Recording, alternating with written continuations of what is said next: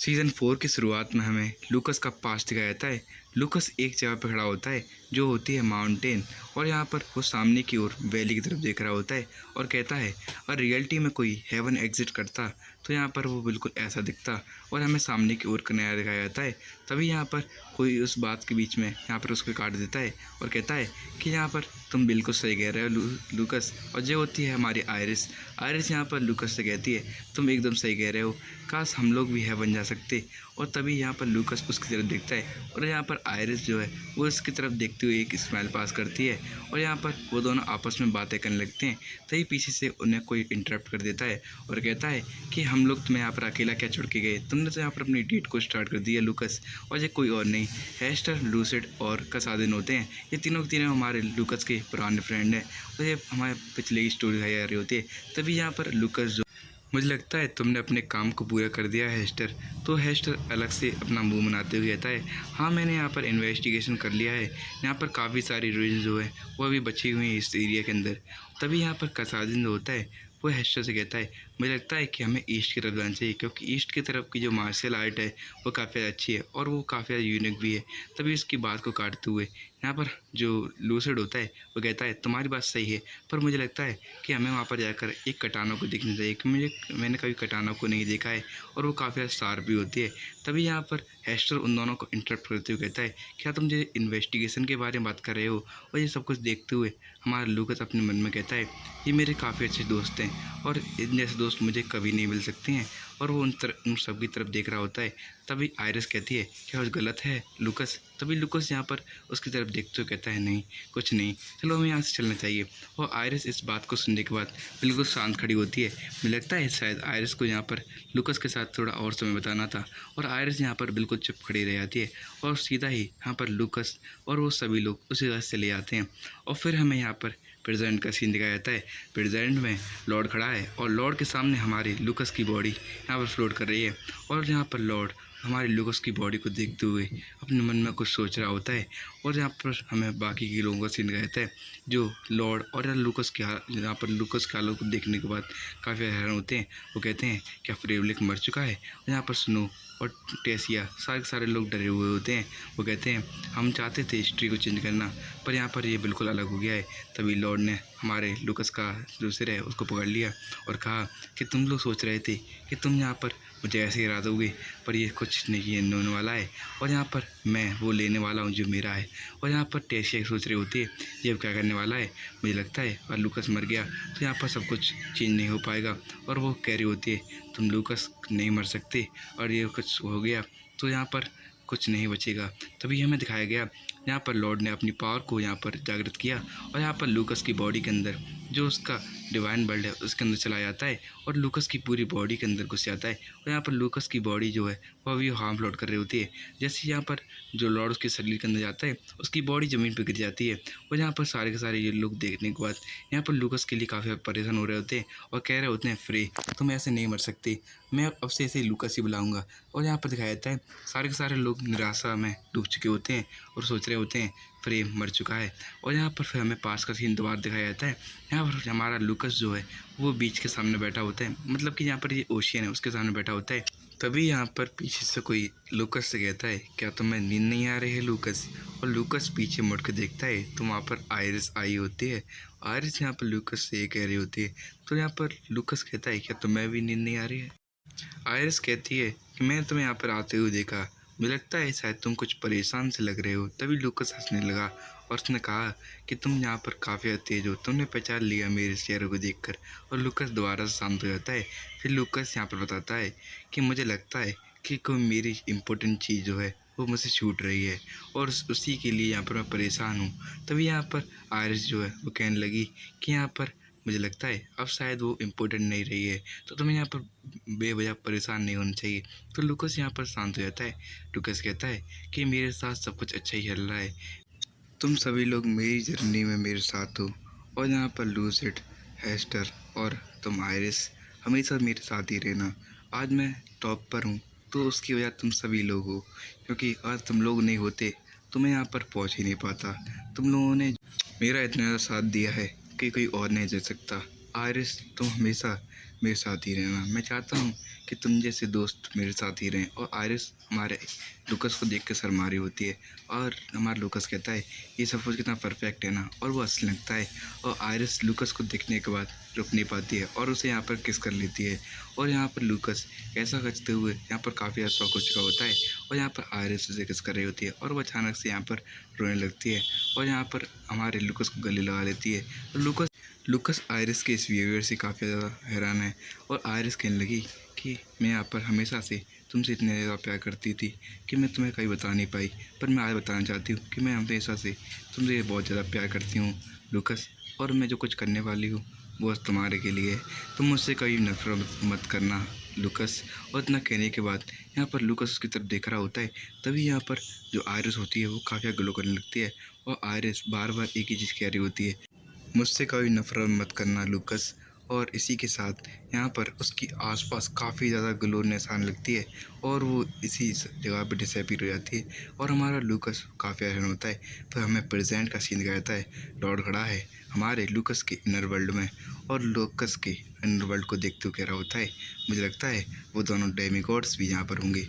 और लूकस के inner world को देख रहा होता है और यहाँ पर अचानक से दोनों डेमीगॉड हमारे लॉर्ड के पीछे आ जाते हैं, जिनमें से एक का नाम होता है मिलेट और दूसरे का नाम होता है इंद्रा। और उन दोनों को देखने के बाद लॉर्ड कहता है कि काफ़ी वक्त हो गया तुमसे मिले हुए। तभी यहाँ पर जो डेमीगॉड दोनों होते हैं वो कहने लगते हैं, हमें पता था लॉर्ड आप ज़रूर आएंगे और हम लोगों को यहाँ से बचाएंगे। तभी लॉर्ड ने कहा कि यहाँ पर मैं तुम्हें बचाने नहीं, तुम्हें यहाँ पर सज़ा देने आया हूँ। और उन दोनों के ऊपर काफ़ी ज़्यादा प्रेशर डाल देता है और यहाँ पर दोनों डेमीगॉड्स हैरान होते हैं। इंद्रा कहता है कि आप ऐसा क्यों कर रहे हैं लॉर्ड। तभी लॉर्ड ने कहा कि यहाँ पर तुम सभी लोग इसी के हकदार हो, मैं यहाँ पर तुमसे तुम्हारी पावर लेने आया हूँ, मतलब कि आज तुम्हें मैं ख़त्म कर दूँगा अपने हिस्सों को वापस लेकर। और यहाँ पर कहता है कि तुम लोग ह्यूमंस के हाथों से मारे गए हो, तो तुम्हें तो यहाँ पर बिल्कुल भी ज़िंदा रहने का कोई अधिकार नहीं है और तुम अपने आप को डेमीगॉड बुलाते हो। और इतना कहने के बाद वो अपना बड़ा सा मुँह फाड़ता है और दोनों डेमीगॉड्स खा लेता है और कहता है अब बस वो तीसरा रह गया है।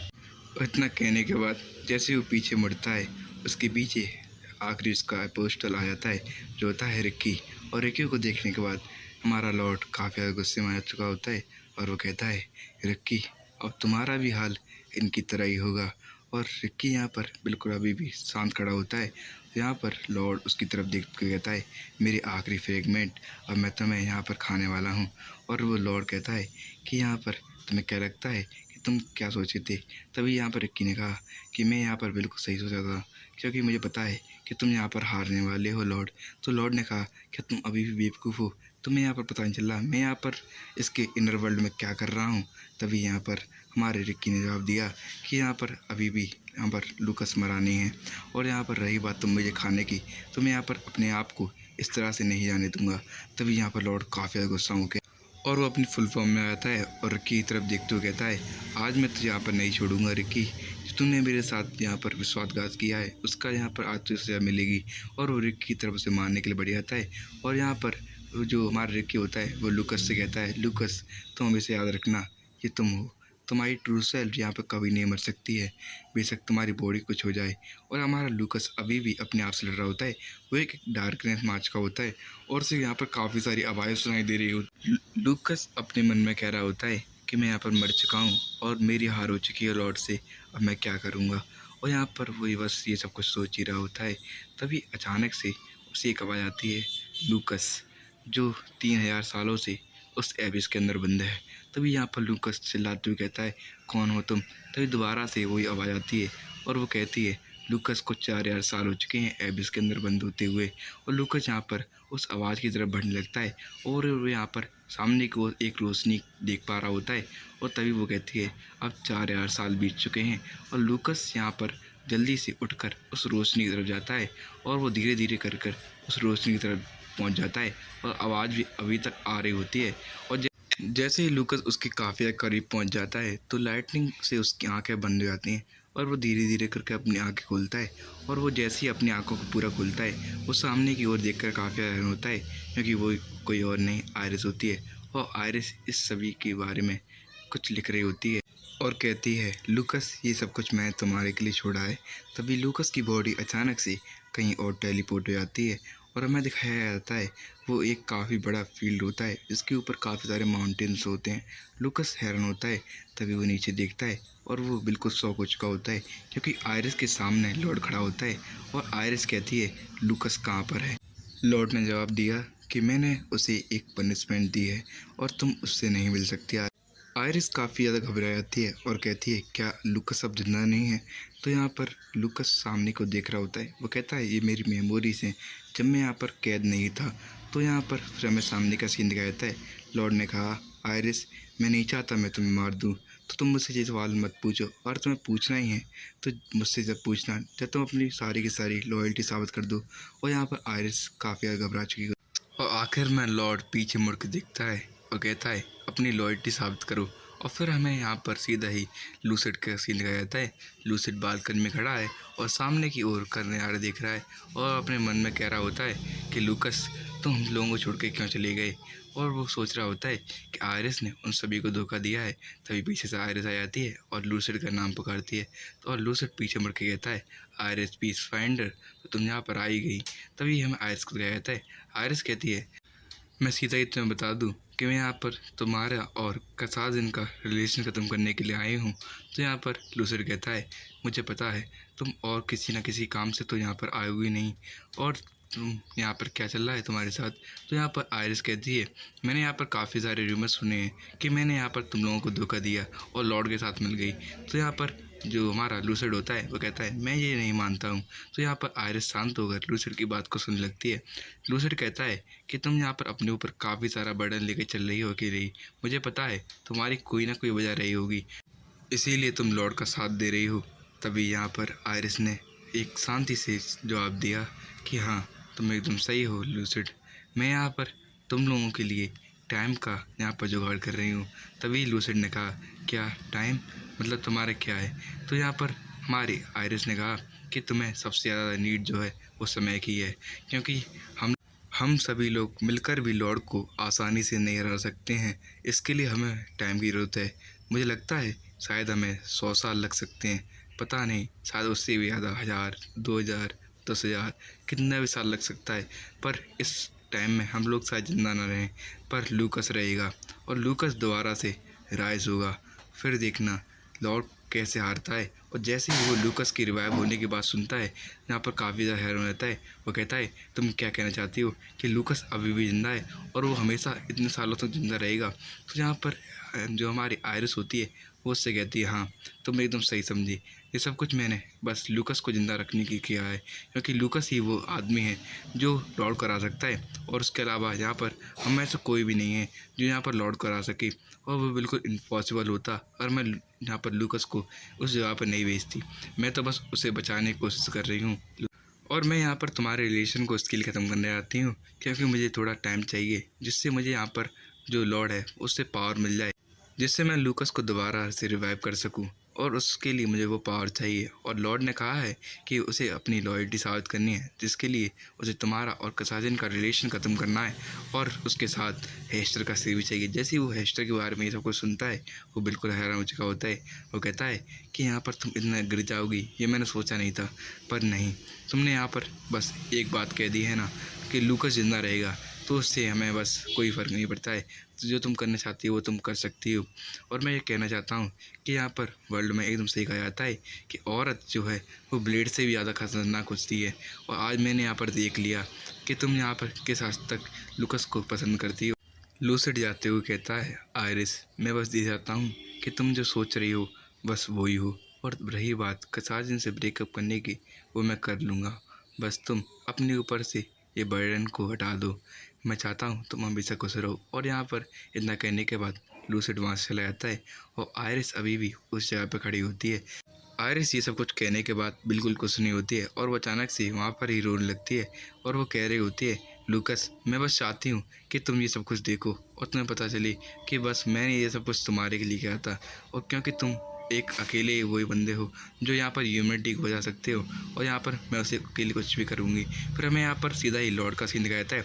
लॉर्ड यहाँ पर हमारी आयरिस के सामने खड़ा होता है और कहता है मैंने तुम्हें काम दिया था, तुमने उससे ज़्यादा अच्छा काम किया है, तो मैं यहाँ पर तुम्हें वो पावर दे रहा हूँ, और ये लो ये पावर। और यहाँ पर आयरिस को पावर दे देता है और आयरिस से कहता है कि यहाँ पर हमारी रिलेशनशिप ऐसे ही चलती रही, हमारी दोस्ती हमेशा कामयाब रहनी चाहिए आयरिस, मैं तुमसे काफ़ी ज़्यादा खुश हूँ। और इसी के साथ फिर यहाँ पर आयरिस से कहता है अब तुम जा सकती हो।